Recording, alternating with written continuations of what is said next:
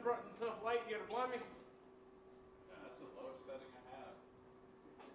Come on, man. Hey, man, you good? It's been a while. I know. Try not to stay up too late when you're working. I see. How's your partner doing? I haven't seen him in a while. No? Somebody else been doing. Really? Well, doesn't he go around with a band too? Security? Yeah.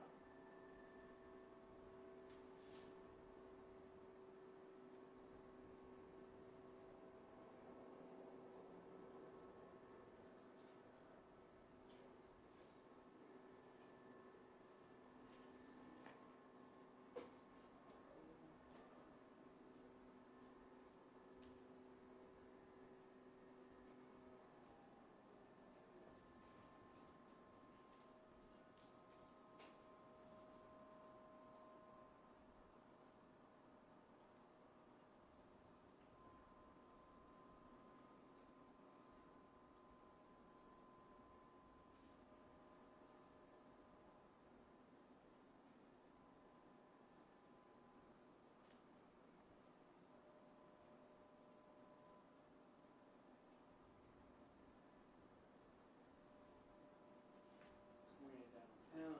Joe. I think you guys are supposed to be here for two of them, right?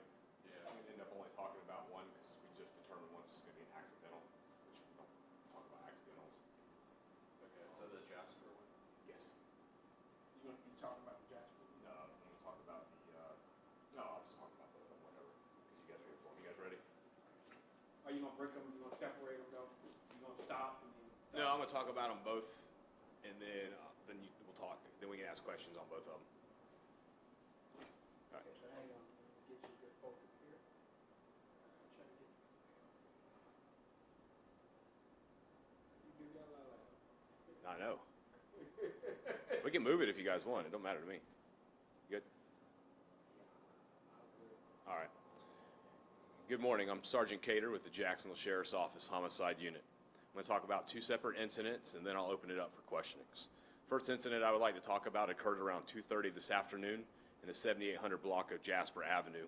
Patrol officers were dispatched to a shooting in this location. When officers arrived, they located a Hispanic male in his 20 to 30-year range with one single gunshot to the upper extremities. Individual was transported by Jacksonville Fire and Rescue to a local hospital with life-threatening injuries where he's still undergoing surgery at this time.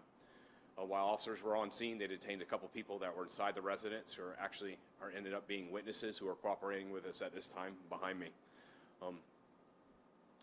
From this incident, I'm going to go ahead and move on to another one. This one occurred at around 5 o'clock this afternoon in the 800 block of Pyr Lane West. Officers were dispatched to an individual being shot at this location. Patrol officers arrived. They located a black male in his early 30s in a front yard of an address. JFRD was also requested and arrived on scene, and they pronounced the individual deceased. The individual had multiple gunshot wounds to his upper extremities. At this location, multiple people were detained. Were also brought back behind me where we're still undergoing investigations with interviews with them. At this time, the Poydras address appears to be a domestic situation. I'm not going to get into the details of the family due to Marcy's law. However, it does appear that a domestic situation occurred there. And at one point, one of the family members pulled out a firearm, shooting and striking the other family member multiple times where that individual died. Currently, right now, nobody has been arrested for anything on either incident, and we're still trying to determine motives.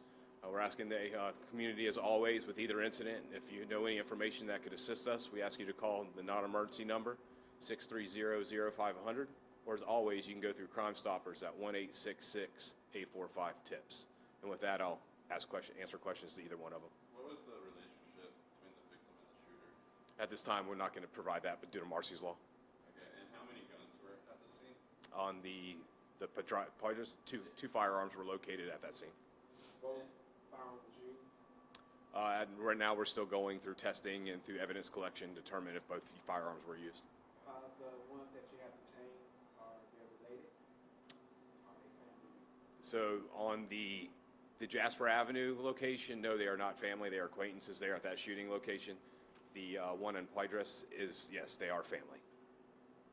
Was the shooting in self-defense?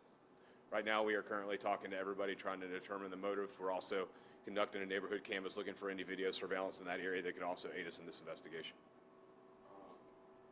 And we've heard that the shooter was at the Jags game before he returned. Was there any alcohol involved? Like I said, that's one of the things that we're also looking at involving this shooting. And what charges could he be facing? It all, depending on the circumstances, could be anywhere from manslaughter to murder, or it could be a justified. Like I said, that's something that we're looking at right now. Is it known that the deceased victim had a weapon of his own? Like I said, there was 2 firearms on the scene. We're still trying to talk to the witnesses and talk to people in the neighborhood to determine exactly what occurred, what the motive was for this altercation for these family members at this residence. And was anybody else at the residence where it happened? Yes, there are several witnesses that were on scene that are currently behind me now being interviewed. All right.